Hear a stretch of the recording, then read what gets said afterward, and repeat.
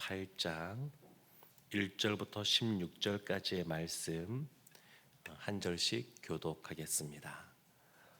솔로몬이 여호와의 전과 자기의 궁궐을 20년 동안에 건축하기를 마치고 후람이 솔로몬에게 되돌려 준 성읍들을 솔로몬이 건축하여 이스라엘 자손에게 거기에 거주하게 하니라. 솔로몬이 가서 하맛소바를 쳐서 점령하고 또 광야에서 다드모를 건축하고 하맛에서 모든 국고성들을 건축하고 또 윗 베토론과 아랫 베토론을 건축하되 성벽과 문과 문빗장이 있게 하여 견고한 성읍으로 만들고 모든 국고성들과 모든 병거성들과 마병의 성들을 건축하고 솔로몬이 또 예루살렘과 레바논과 그가 다스리는 온 땅에 건축하고자 하던 것을 다 건축하니라. 이스라엘이 아닌 헷 족속과 아모리 족속과 브리스 족속과 히위 족속과 여부스 족속에 남아 있는 모든 자 곧 이스라엘 자손이 다 멸하지 않았으므로 그 땅에 남아 있는 그들의 자손들을 솔로몬이 역군으로 삼아 오늘에 이르렀으되 오직 이스라엘 자손은 솔로몬이 노예로 삼아 일을 시키지 아니하였으니 그들은 군사와 지휘관의 우두머리들과 그의 병거와 마병의 지휘관들이 됨이라. 솔로몬 왕의 공장을 감독하는 자들이 250명이라. 그들이 백성을 다스렸더라. 솔로몬이 바로의 딸을 데리고 다윗성에서부터 그들을 위하여 건축한 왕궁에 이르러 이르되 내 아내가 이스라엘 왕 다윗의 왕궁에 살지 못하리니 이는 여호와의 궤가 이른 곳은 다 거룩함이니라 하였더라. 솔로몬이 당신 앞에 여호와의 제단 위에 여호와께 번제를 드리되 모세의 명령을 따라 매일의 일과대로 안식일과 초하루와 정한 절기 곧 1년의 새 절기 무교절과 칠칠절과 초막절을 드렸더라.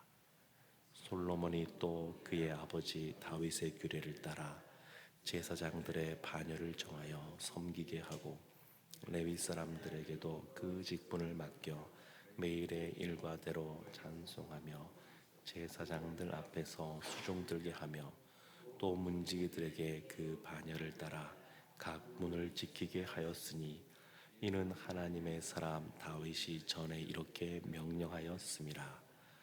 제사장들과 레위 사람들이 국고 일에든지 무슨 일에든지 왕이 명령한 바를 전혀 어기지 아니하였더라. 솔로몬이 여호와의 전에 기초를 쌓던 날부터 준공하기까지 모든 것을 완비하였으므로 여호와의 전 공사가 결점 없이 끝나니라. 아멘. 살아계신 하나님의 말씀입니다. 솔로몬의 성전 건축과 또 자신의 왕궁 건축이 끝났습니다.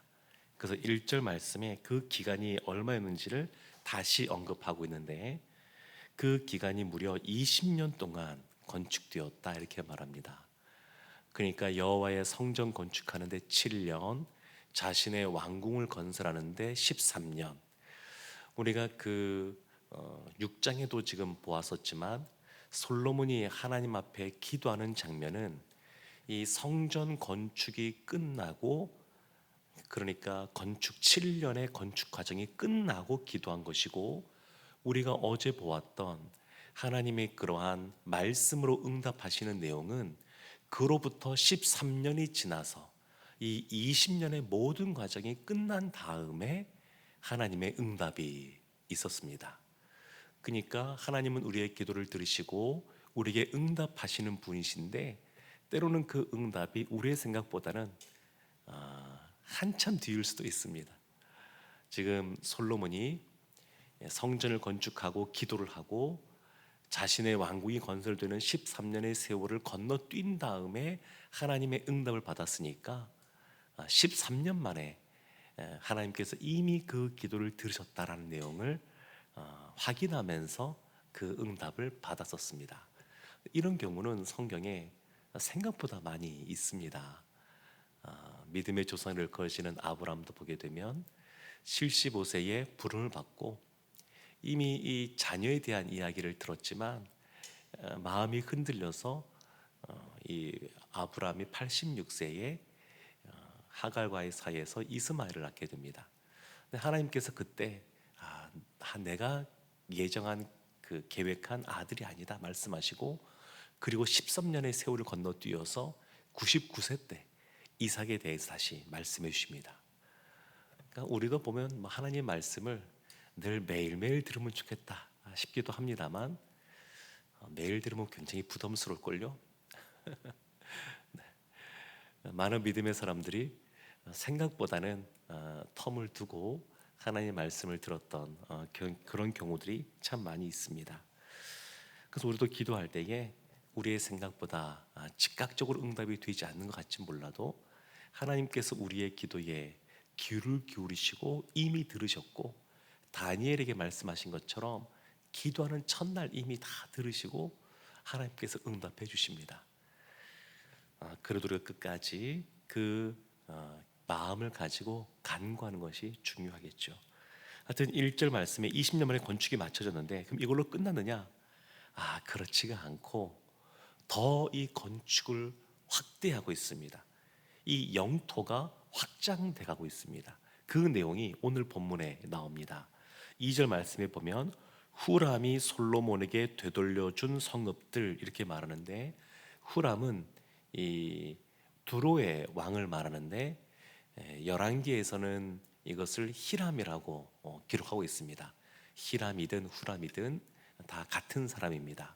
그런데 이 후람이 솔로몬에게 되돌려준 성읍들, 이 부분이 사실은 좀 이렇게 생각보다 이해하기가 쉽지는 않지만 열왕기에 보게 되면 이 두로왕 이 히람이 여러 가지 백향목을 비롯하여서 여러 가지 나무들 또 금을 비롯한 성전 건축에 대한 이 많은 그러한 자재들을 보내주었습니다. 근데 그 자재들을 보내줬는데 거기에 합당한 또 대가들을 지불해야 되지 않겠습니까? 아마도 이 여러 가지 건축들을 진행하면서 건축 비용이 부족했던 것 같습니다. 그래서 갈릴리 지역, 두로는 갈릴리 위쪽에 있으니까 그 갈릴리 지역에 20개의 성읍을 솔로몬이 이 후람에게 줍니다. 근데 이 두로왕 이 후람 입장에서는 별로 쓸모없는 땅이었던 것 같습니다. 왜냐하면 이 해상 무역을 하던 그러한 두로였기 때문에 이런 산지에 있는 이러한 성읍들이 그다지 필요하지는 않았던 것 같습니다. 그래서 별로 필요 없는 땅, 쓸모없는 땅, 그런 의미로 가불이라고 부르게 되는데, 아마 그 땅을 다시 되돌려 주었던 것 같습니다. 그래서 지금 솔로몬이 그 성읍을 다시 되돌려 받아서 그곳에서도 건축하여서 이스라엘 자손이 거주하게 하였다, 이렇게 말하고 있고요. 그리고 3절부터 이어지는 6절까지 말씀을 보면 이 건축하면서 점점 더 이 지경이 넓어지고 그리고 이 영토가 더욱더 굳건해지고 그런 장면들이 나옵니다. 그래서 6절 말씀에 보면 이런 말씀도 나오죠. 바알락과 자기에게 있는 모든 국고성들과 모든 병거성들과 마병의 성들을 건축하고, 솔로몬이 또 예루살렘과 레바논과 그가 다스리는 온 땅에 건축하고자 하는 것을 다 건축하니라. 그러니까 이런 성벽들을 쌓게 되고 마병성, 국고성, 병거성 이런 걸 쌓으면서 나라가 더 안전해지는 것이죠. 보호받고 있게 되고 그런 또 강성해지는 그런 모습을 볼 수가 있습니다. 7절부터 보게 되면 역군이라고 나오긴 하는데 이스라엘이 노예로 삼았던 자들에 대한 이야기가 나옵니다. 7절 말씀부터 보게 되면 이스라엘은 원래 하나님께서 노예로 삼지 말라라고 하기 때문에 이스라엘 사람들은 노예가 없습니다. 그렇지만 이스라엘 자손이 8절 보면 다 멸하지 않고 남아있던 사람들이 있었습니다. 헷 족속, 아모리 족속, 브리지 족속, 히위 족속, 여부스 족속, 이러한 가나안의 이러한 족속들이 남아 있던 사람들이 있었습니다. 근데 그들을 노예로 사실은 삼아서, 종으로 삼아서 일을 시키는 겁니다. 건축하려면 많은 사람들이 필요하지 않겠습니까?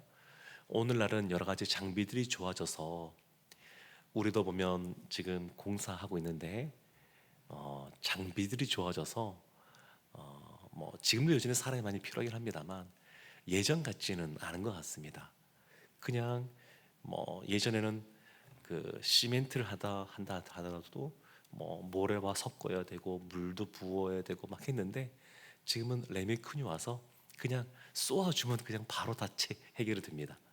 그러니까 굉장히 좋아졌죠. 근데 이 당시에는 그렇지가 않았습니다.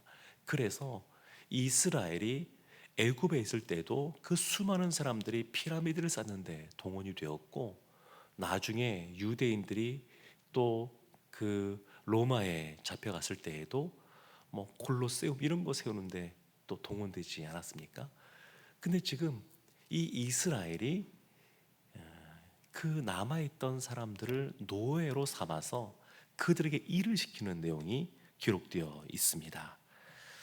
그래서 그 지휘관들을 250명을 두게 되는데, 11개 보면 여기에 더해져서 300명을 더 말합니다. 그래서 총 550명이 이 감독하는 자로 있게 되고, 그래서 이 모든 것들을 이제 공사를 진행했다, 이런 내용이 나오게 됩니다.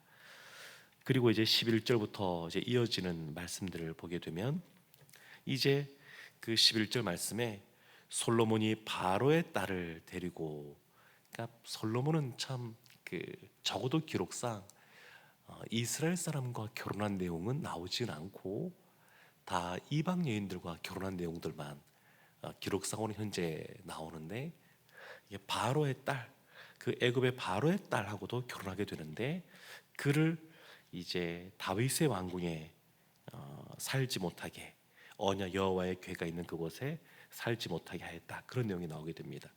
그리고 12절부터 말씀을 보게 되면 솔로몬이 이제 여호와의 제단 위에 여호와의 번제를 드리고, 13절에 모세의 명령을 따라, 그러니까 구약 시대 때부터 주어진 거죠. 그 이전부터 주어진 그 말씀이죠. 근데 그 말씀에 대해서 매일의 일과대로 안식일과 초하루와 정한 절기를 지켰다, 이렇게 말합니다. 그러니까 모세 때 주어졌던 그 말씀을 다 지킨 것은 아니었습니다. 이 다윗도 다 지키지를 못했습니다. 그래서 이 솔로몬 때 그와 같은 절기들을 더 열심히 잘 지켰다, 이렇게 말하고 있습니다. 그리고 그 16절 끝에 말씀 보게 되면 이와 같은 공사가 결점 없이 다 잘 끝났다, 이렇게 오늘 본문이 마무리 지어지게 됩니다. 솔로몬이 왕 위에 재직한 기간이 총 40년입니다. 40년인데 그 40년 동안 절반이 넘는 20년이 넘는 세월을 건축하는 데 매달렸습니다. 성전과 자신의 궁궐을 짓는 데만 20년이고 그 이후에도 건축들을 계속해 왔기 때문에 참 오랜 세월 본인이 왕위에 앉아 있으면서 참 많은 기간을 건축하기 시작했습니다. 근데 처음에 성전을 건축할 때 보게 되면 이 솔로몬이 굉장히 순전한 마음으로, 하나님을 향한 그런 갈망하는 마음으로 성전을 건축하기 시작을 했습니다. 그런데 어느 순간 사람이 조금씩 변해 간 것 같습니다. 그래서 이방 여인과 결혼하는 것뿐만 아니라 하나님께서 사람을 노예로 삼지 말라 했음에도 불구하고, 그럼에도 불구하고 그 가나안에 있었던 그 다 멸하지 않았던 사람들을 노예로 삼고 그들에게 일을 시킵니다. 나중에 그들이 애굽에서 그들이 건축물을 이렇게 건축을 하는데 동원되어서 참 많은 어려움을 겪었던 것처럼 나중에 나라가 망하고 바벨론의 포로로 잡혀가서 또 마찬가지로 건축에 동원되었습니다. 그러니까 하나님 앞에서 하나님 말씀대로 그렇게 온전히 살아내지 못하는 모습들이 나타나기 시작했고, 그러면서 이와 같은 건축들 하면서 여호와의 성전을 건축하는 것은 뭐 이해할 수 있는 범위를 한다 할지라도 자신의 궁궐을 건축하는데 그렇게 많은 시간을 들여서 또 재물을 들여서 그와 같이 건축을 하면서 이 사람이 겸손하지 않고 점점 교만해져 가는 그러한 모습들을 솔로몬의 이 삶을 보면서 살펴볼 수가 있습니다. 사랑하는 성도 여러분, 하나님은 우리의 기도에 응답하시는 분이시면서 이 성전이 단순히 그냥 그 안식일 날 또 절기 때 나와서 제사 드림으로 그치는 것이 아니라 우리의 삶에서도 예배드리는 삶을 하나님은 우리가 살기를 원하십니다. 그러니까 건축 성전을 해놓은 걸로 끝나는 것이 아니라 거기에 제사장들이 순종하는 마음으로 그때마다 또 시마다 너무나 그 하나님 앞에 제사를 잘 드렸지만 그걸로 되는 것이 아니고 일상의 삶 속에서 예배드리는 삶들을 살아가야 하나님께서 원하시는 그러한 거룩한 삶을 살아갈 수가 있습니다. 사랑하는 성도 여러분, 오늘 말씀 생각하시면서 다시 한번 더 오랜 세월이 걸렸지만 하나님은 여전히 기도에 응답하시는 분이라는 것 다시 한번 더 기억하기를 원하고 우리의 관심이 늘 하나님께 있기를 원합니다.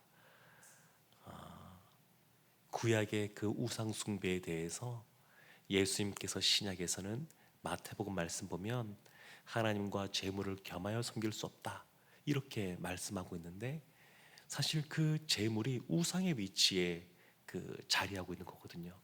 그러니까 우리의 관심이 늘 하나님께만 있기를 원합니다. 오늘도 그 하나님 바라보고 또 기도에 응답하시는 하나님께 또 기도하며 나아가는 오늘 한 날 되기를 주님의 이름으로 축원합니다. 아멘.